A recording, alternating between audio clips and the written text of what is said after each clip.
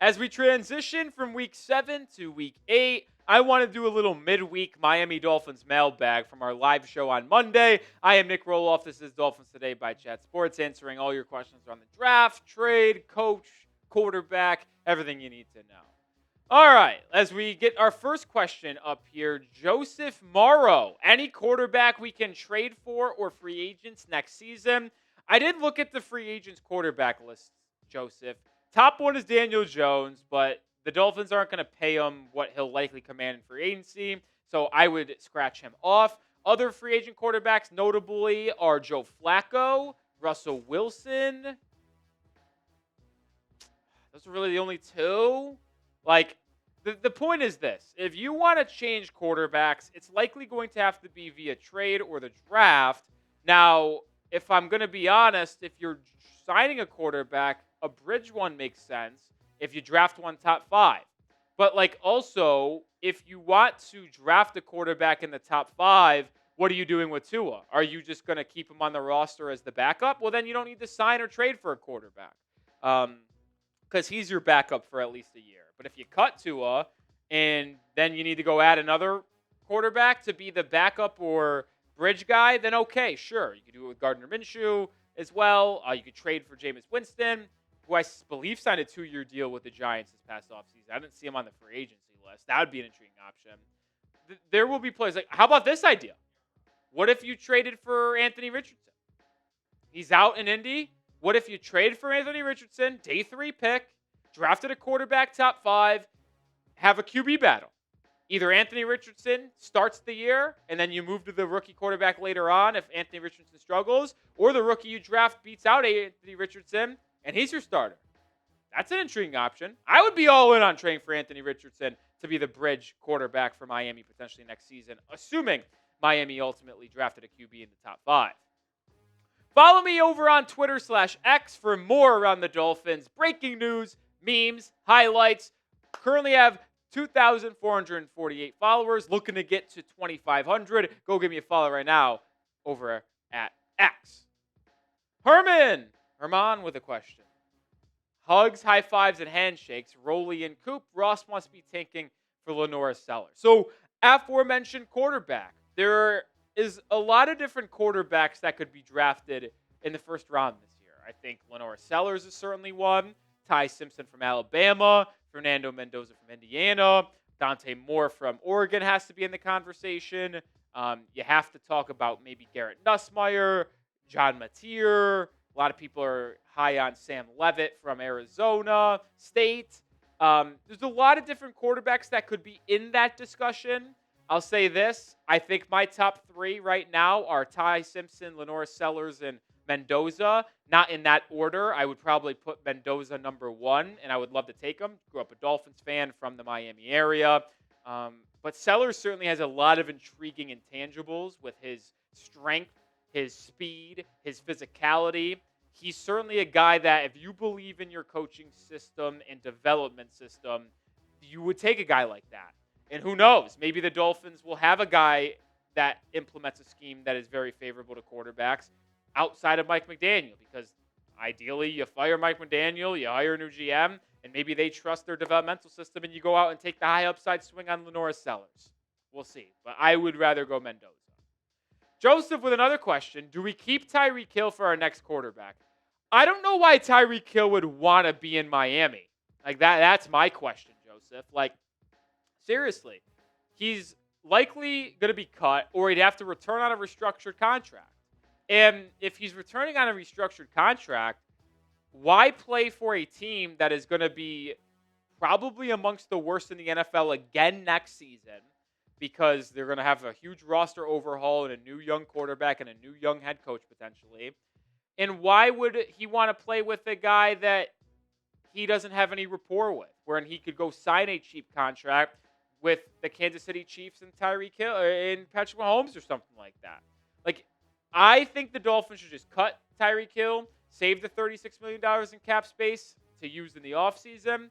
And I think Tyreek would be better off for the rest of his career to kind of cut bait with Miami and go do his own thing with a different team as well. I just don't see the reason to keep Tyreek Hill. Do the Dolphins need to bench Tua Tagovailoa? Legit question. Y for yes, N for no. Let me know if you think Tua should continue starting at quarterback for the Dolphins. Dance King with a 5. How bad are you thinking it's going to get this season? Is there another win on the schedule? Well, I just looked at the schedule, and I'll quickly run through it. This week in Atlanta, probably not. At home against Baltimore, short week. I think Lamar Jackson will be back. Nope. Bills, nope. Commanders in Madrid, nope. So that's 1-10. Then you play the Saints at home coming out of a bye. Winnable game, maybe. Then you go to the Jets in early December. Winnable game, maybe. Then in Pittsburgh, not going to happen. Against Cincinnati, late December, Joe Burrow might be back, not going to win. Even if you play Joe Flacco, he probably beats you because of that offense that the Bengals have. Then you round out the season against Tampa, no. And in New England against the Patriots. So when you really look at the roster, the schedule, I see 2 winnable games, and it's the Saints and Jets. And this team is so bad in Miami, you probably split those. So if you split those, that's a 2-15 year. Let's say they pick up a random win elsewhere, and at best, it's a 3-14 season. I think it's a 2-15, 3-14 season for the Dolphins, which should net them a top 3 pick at worst. We'll see what happens with the rest of the NFL, but we've seen 2 and 3 wins be good for the number 1 pick and number 2 pick in each of the last 2 seasons. Will that be the case this year? I don't know. There's a lot of bad football teams. Tennessee's really bad. New York Jets are obviously really bad. The Saints are obviously really bad. All of those teams we just mentioned, Miami and those 3, could easily finish with 2, 1, or 3 wins, and then tiebreakers have to come into play. But I would expect Miami to be picking top 5 because I don't see them getting more than 3 wins. And if you have 3 or 2 wins, I can guarantee you're in the top 5. Sebastian Gomez with a $10 super chat. Appreciate you. I like Zach Wilson over Quinn Ewers for QB2. It's a tough decision. We're splitting hairs here. And the question also becomes who starts if you bench Tua. Would you rather go with Zach Wilson or Ewers?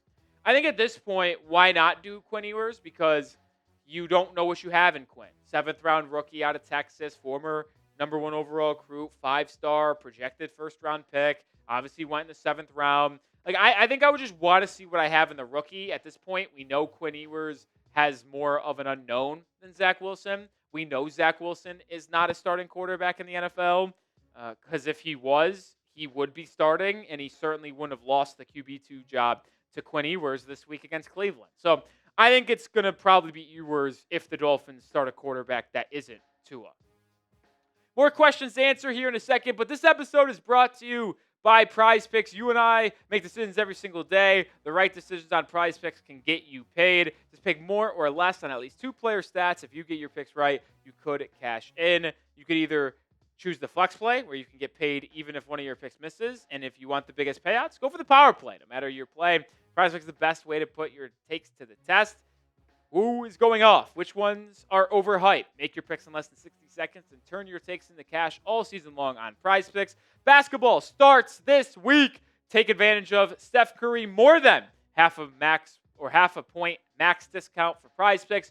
I also going with more than a Nikola Jovic rebounds and assists and less than Paolo Banchero points in that Heat Magic matchup. Download the PrizePicks app today and use code CLNS to get $50 in lineups after you play your first $5 lineup. That's code CLNS to get $50 in lineups after you play your first $5 lineup. PrizePicks. It's good to be right. Moving on to some questions now. No longer super chats. Appreciate everyone who super chatted. If McDaniel gets fired, besides Rex Ryan and Harbaugh, who else do you have on your list? Well, Cameron, I'm going to stop you right there and say Rex Ryan is absolutely not on my list. I think it would be actually worse than Mike McDaniel. I think I said that on a video, fun fact, that I would rather have Mike McDaniel for another year than hire Rex Ryan, because I think Rex Ryan would be as bad as it gets. But John Harbaugh is absolutely on my list if the Baltimore Ravens move on from him. My list of coaches: John Harbaugh, Mike Tomlin if he gets fired, which isn't the craziest thing in the world, Robert Saleh from the 49ers, defensive coordinator, Jesse Minter, current Chargers defensive coordinator, Chris Shula, Rams defensive coordinator, Mike McCarthy, ex-Dallas Cowboys head coach and Packers head coach. That is my list of 6. I think any of those 6 would be upgrades over Mike McDaniel. My number one choice would be John Harbaugh if he gets fired. But let's take away Harbaugh and Tomlin and just look at available head coach candidates. Salah, number 1. Probably put Chris Shula, number 2. And then I would probably put McCarthy 3 and Jesse Minter 4. Mario with a question. Pick up Jameis Winston. Yeah, I certainly think that's an intriguing option right there. If you were looking to draft a quarterback in the top 5, but have a bridge quarterback not named Tua, to where what I'm referring to is talking about a quarterback to start the season and mentor the rookie before he becomes the starter. I think Jameis Winston's a great option. People rave about Jameis Winston's leadership, his ability to be well-liked in every locker room he's been in is impressive. And he's an entertaining quarterback. We will be entertained every Sunday Jameis Winston plays football. And then when the Dolphins decide the rookie could be ready, you move on from Jameis to be the backup, and you start the rookie. Honestly, that's probably the most ideal thing that can happen next season. You trade for Jameis Winston, you draft a quarterback in top 5. No matter what you do, you're probably not going to be competitive next season. The goal is to be as competitive as possible in 2027. So you draft a QB this year in the top 5. You have them sit half the year, start half the year, and then in year 2, hopefully, of a new head coach and GM, you made the right decisions cap-wise and in the draft to have a competitive-esque roster in 2027 to where you're competing maybe for a playoff spot, but at least a 500 record, and then you take that next step forward in 2028 as a playoff team. It can be done with the right head coach hire and the right quarterback. It can be done. Just look at our division rival, the Patriots. 2 years ago, they were an absolute dumpster fire under Bill Belichick. They hired Gerard Mayo, stunk, out of there. Drafted Drake May, obviously was under Gerard Mayo. Brought in Vrabel, quarterback, head coach, 5-2, the number 2 team in the AFC right now. It can be done. Just got to make the right decisions at head coach and QB. If you want to be featured on the next mailbag, got to be subscribed and tune into our live shows. We go live on Monday and live on Thursdays. So hit that sub button, click on that notification bell as well so you get updated whenever we put out content on the channel. $5 super chat from Jonathan Soto. Shout out to you, Soto. I am done with Tua, but I can't put 100% blame on him. The injuries plus god-awful line play makes it where no QB would be able to play good. Well, okay. Jonathan Soto. Let me answer this in 2 parts. I agree you cannot put 100% of the blame on Tua. I agree with that. The offensive line is certainly not helping. But his play in his own right has been downright embarrassing. And where you say there's no quarterback that would be able to play good in the system, that's where I disagree. That's where I disagree. I think there are a handful of quarterbacks out there that would be able to have this team winning games. A playoff winning team? No. But a not 1-6 team? Yes. Just think about this. The Dolphins are a couple plays away from being a 500 team. Obviously this Sunday against the Browns was embarrassing. But week 2, Devon Achane step out of bounds against New England. Maybe the Dolphins win that game. They're 1-1. Zach Sealer doesn't run into the punter against the Bills. You might win that game. You had him on the ropes on the road in Buffalo. Could be 2-1. Against the Panthers. You could have won that game if you're able to get one stop defensively. There are so many avenues to where Miami wins a couple of these games. Let's be real here. You put any of the top 10 quarterbacks in football on the Dolphins roster, and this team is at least, we're 1-6 now, at least 3-4. At least 3-4 with a top 10 team or quarterback. Dak Prescott, Baker Mayfield, Mahomes, Burrow if healthy. Heck, even Drake freaking May would probably have this team 3-4 the way he's looking right now in New England. Tua deserves 98% of the blame, but not 100%. Do you think Ewers can develop properly with the correct resources? Seems like we've got the worst O-line in football. Well, you certainly would assume correctly. Do I think he can develop in a way? Yes. Do I think he could develop into a legit high-level starting quarterback in the National Football League? No. Let's be real here. Brock Purdy, the Tom Brady's of the world, the 6th, 7th round picks that become starting quarterbacks and above average quarterbacks, those are unicorn type of guys that just happen to work in the right system. 7th round picks usually don't. So, I think the best possible outcome for Quinn Ewers is that he's a career backup, which I don't think would be a bad thing for a 7th round pick. I don't think it would, but I don't think he could develop into a starter. I really don't. John with a $5 super chat. Who do you look at for GM? I see Marino thrown around. Think he'd be okay, or do we need to look elsewhere? I'm not touching Dan Marino with a 10-foot pole. I'm not. I don't like the idea of bringing in a former, the GOAT of Dolphins football into this role, because it's just different to be a player and a GM. Now, some make it work. John Lynch, for example, in San Francisco. But if I'm looking to be finding a new GM, I'm looking at Ed Dodds. I'm looking at people inside the Rams organization, the 49ers, the Ravens. Organizations that have been consistently successful over the past decade.